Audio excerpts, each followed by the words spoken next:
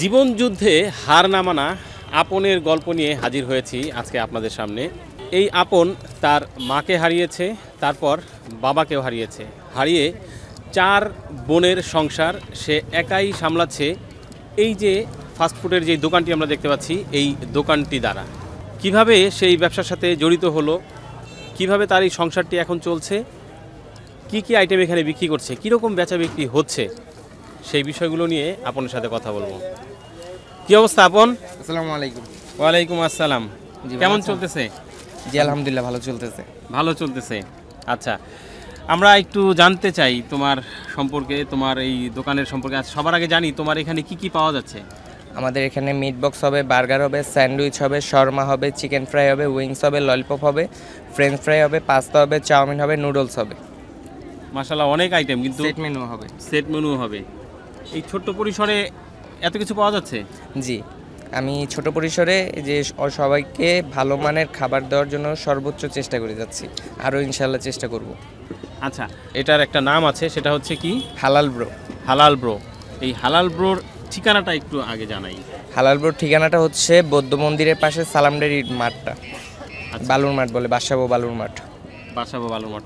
কি নিলেন এটা? পাস্তা পাস্তা নিলেন। কত টাকা পড়লো পাস্তা? 50 টাকা। 50 টাকা। আচ্ছা, এর আগে নিছেন কখন এখান থেকে হ্যাঁ খাবার? নিছি। কেমন হয় আপনার খাবার? না ভালো, খুব সুন্দর, মজা। মজা? হুম। আচ্ছা, এই যে এই বয়সে সে ব্যবসা করতেছে, কিরকম লাগতেছে এই জিনিসটা? অনেক ভালো লাগছে, অল্পতে ধরে গেছে সংসারে হাল।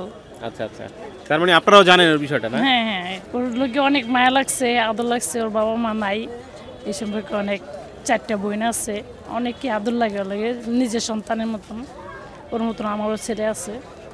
এখন একটু জানি, তুমি তো বয়স অনেক কম, স্টুডেন্ট জি, থাকার কথা, তোমার এখন পড়াশোনা করার কথা। আমি স্টুডেন্ট ছিলাম। আমার আম্মু মারা যাওয়ার পর আমি পড়ালেখাটা অফ করে দিয়েছি। পড়ালেখাটা অফ করার পর এই যে চাকরিতে ঢুকেছিলাম, জব করতে 3 মাস গেছে। 3 মাস যাওয়ার পর দেখতেছি যে বেতনে হচ্ছে না আমার। কিসে চাকরি করতে হয়? ফাস্টফুড রেস্টুরেন্টে, আচ্ছা দক্ষিণ মনশ্রীতে। আচ্ছা। ওখানে জব করে যেই টাকা স্যালারি পেতাম সেটা দিয়ে হতো না। তারপর এই যে জব নিয়েছিলাম ওয়েটারের, এইখানে শেফের রান্না দেখতে দেখতে পরে ভাবলাম যে নিজে থেকে কিছু একটা করা দরকার।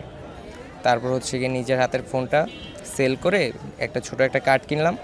ছোট একটা কার্ড কিনে একটা বিজনেস শুরু করছি, নিজের পায়ে দাঁড়াতে হবে। কতদিন হলো এটা? এটা হচ্ছে 2 মাস প্রায়।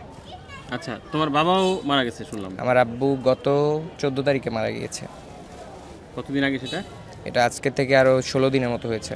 16 দিন হ্যাঁ, আগে। 2 সপ্তাহের উপরে। তাহলে এখন তোমার ফ্যামিলিতে কে কে আছে? এখন আমার ফ্যামিলিতে আমার বড় এক বোন আছে আর ছোট 3টা বোন আছে। আচ্ছা, বিয়ে হয়েছে কারো? না না না না, বড় যেটা ইন্টার সেকেন্ড ইয়ার পরে, তার সাথে ছোট একটার বয়স 1 বছর 3 মাস, আর একটা 3 বছর, একটা 7 বছর। তার মানে এখন এই টোটাল ফ্যামিলির দায়িত্ব তোমার ঘাড়ে। জি, আমি দায়িত্বটা নেওয়ার সর্বোচ্চ চেষ্টা করে যাচ্ছি। আমার বোন আমার পাশে একটু যে আমাকে হেল্প করার জন্য সাপোর্ট দিচ্ছে, বাট আমি চাচ্ছি যে আমি নিজের পায়ে দাঁড়িয়ে আমার ফ্যামিলিটাকে আমি একলা হ্যান্ডেল করব। মানে ফ্যামিলি গার্জিয়ান হতে চাচ্ছি আমি। আচ্ছা, অলরেডি তো হয়েই গেছো যেহেতু এইটা দিয়েছো। আচ্ছা, এখন একটু জানি যে কীরকম বেচা বিক্রি হচ্ছে তোমার এখানে? জি, আমাদের এখানে হচ্ছে গিয়ে মান্থলিতে যেমন মাঝখানে যে 5 থেকে 20 তারিখ পর্যন্ত সেল আলহামদুলিল্লাহ ভালো হয়। তারপর মাস শেষের দিকে একটু সেলটা কমে যায়, লোকদের হাতেও তেমন একটা টাকা পয়সা থাকে না, তখন আর কি একটু কাস্টমাররা কম থাকে। আপন একটু জানি এমনিতে কোন খাবারটা সবচেয়ে বেশি চলে? এখানে জনপ্রিয়তা পেয়েছে আমার পাস্তা, ফ্রেঞ্চ ফ্রাই আর মিট বক্স। আচ্ছা, এইগুলো একটু বেশি এগুলো চলে। একটু যে কাস্টমাররা খেয়ে ভালোই ফিডব্যাক দিয়েছে, কাস্টমারও সন্তুষ্ট, তাদের সাথে আমিও সন্তুষ্ট। আচ্ছা, এখন একটু তোমার যে আইটেমগুলি আছে সেই আইটেমগুলির প্রাইসটা সম্পর্কে একটু আমরা জানবো। আচ্ছা ঠিক আছে। আর দ্বিতীয় হচ্ছে কিভাবে শিখলা, কেমন এই অভিজ্ঞতাটা যে অর্জন করলা, এই অভিজ্ঞতাটা আসলে কাজে লাগিয়ে এরকম ব্যবসা আরও যারা আছে অনেকেই করতে চায়, তারা করতে পারবে কিনা এই সম্পর্কে একটু জানবো। তার আগে একটু প্রাইসগুলি জানি। আচ্ছা, আমাদের এখানে স্টুডেন্ট বার্গার যেটা 50 টাকা, মিনি বার্গার যেটা 40 টাকা, আর শর্মা যেটা 100 টাকা, মিট বক্স রেগুলার যেটা 100 টাকা, আর ক্লাসিক যেটা চিজ দেওয়া থাকবে 150 টাকা, আর পাস্তা হচ্ছে রেগুলার যেটা 50 টাকা, 100 টাকাও আছে। 100 টাকা যেটা সেটা চিজ দেওয়া থাকবে, আর রেগুলার যেটা সেটা চিজ দেওয়া থাকবে না। আচ্ছা, শর্মা আছে, Sharma 100, meat box chicken fry leg piece যেটা 70 টাকা, উইংস হচ্ছে 4 পিস 120 টাকা, ললিপপ 4 পিস 120 টাকা, ফ্রেঞ্চ ফ্রাই হচ্ছে 80 টাকা। আর হচ্ছে সাব স্যান্ডউইচ যেটা 120 টাকা, আর চিকেন স্যান্ডউইচ যেটা 50 টাকা, আর নুডলস হচ্ছে 30-40, আর আপনার চাউমিন হচ্ছে 70 টাকা প্লেট। কি খেলা? বার্গার। শেষ? জি। আচ্ছা, এর আগে খাইছো এখান থেকে কখনো? অনেকবার খাইছি। অনেকবার খাইছো? আচ্ছা, কেমন লাগে? এখানে বার্গারটা অনেক মজা। অনেক মজা? জি। কত নিল বার্গার? এটা 40 টাকা। 40 টাকা। আচ্ছা, তুমিও বার্গার খাইতেছো না? জি আঙ্কেল, বাসা কোথায়? বাসা এই জায়গায়। এখানেই? খাইছো এর আগে বার্গার এখান থেকে? জি জি, কেমন বার্গার? ভালো। ভালো। আচ্ছা, এখন একটু জানি সেটা হলো যে এই বিজনেসে আসার উদ্দেশ্য কি, যে তুমি এই রিলেটেড জব করতা সেই জন্যই, নাকি আসলে অন্য কোনো কারণ যে এই বিজনেসে হয়তো তুমি দাঁড়াতে পারবা?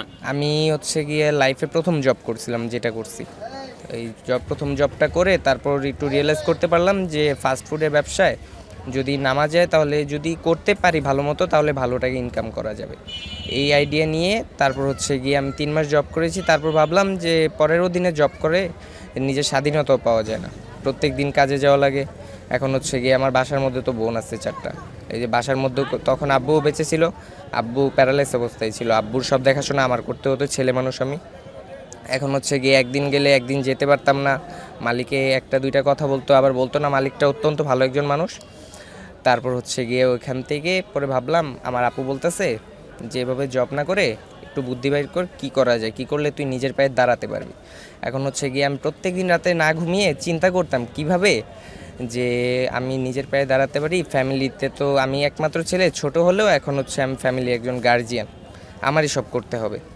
তারপর ভাবলাম যে বিলাসিতার কত করব, নিজের হাতের ফোনটা সেল করে এই ব্যবসাটা শুরু করছি।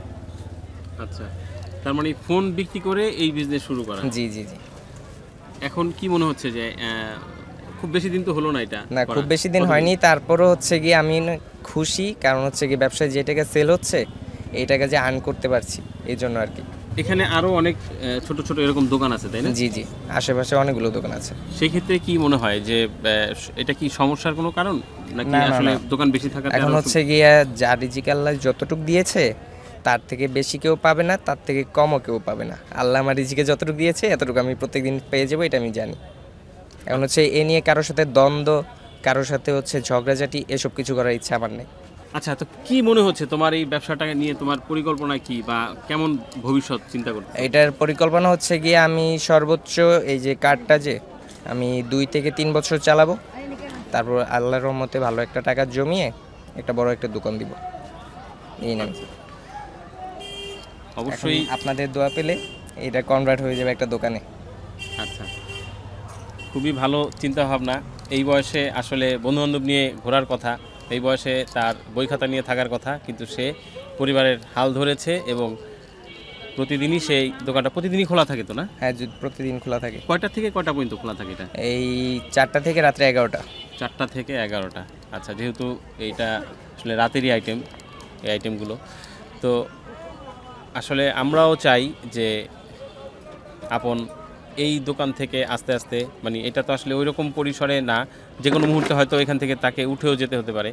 তো এখান থেকে সে যেন আসলে একটা পর্যায়ে যেতে পারে, তার যেই ইচ্ছা যে সে বড় পরিসরে একটা দোকান নিবে, আল্লাহ পাক যেন তার সেই ইচ্ছাকে পূরণ করে এবং তার এই ব্যবসাটাকে অনেক বড় পরিসরে করে, সেই দোয়া আমাদের থাকলো, আশা করি আপনাদেরও এই দোয়া থাকলো।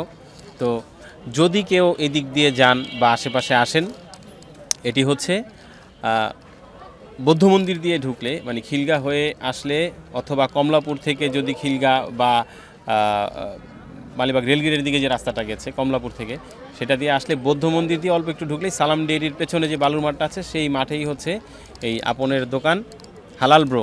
জি। আর ভাইয়া, আপনার হচ্ছে গিয়ে আপনার সারা বাংলা টেলিভিশনের ভিডিও দেখে যে আসবে তাদের জন্য আমার পক্ষ থেকে 10% ডিসকাউন্ট। বা মাশাআল্লাহ, সে ছোটো মানুষ হলেও কিন্তু সে তার অনেক ভালো মানে বুদ্ধি রাখে মাথায়। যাই হোক, তো দোয়া করবেন আপনারাও, আমরা তো অবশ্যই দোয়া করছি, আমরা আছি আপনার পাশে, আশা করি আপনারাও আছেন। তো এদিক দিয়ে যদি কেউ আশেপাশে থাকেন বা যাচ্ছেন, বিকেল বেলা হলে একবার আপনের দোকানে ঘুরে যাবেন, দেখে যাবেন তার এই হাতের তৈরি খাবারগুলো। শেষ করে দিচ্ছি আজকের এই এক্সক্লুসিভ ভিডিও। আগামী আরেকটি ভিডিও দাওয়াত দিয়ে আল্লাহ পাক সবাইকে ভালো রাখুক, সুস্থ রাখুক। আসসালামু আলাইকুম।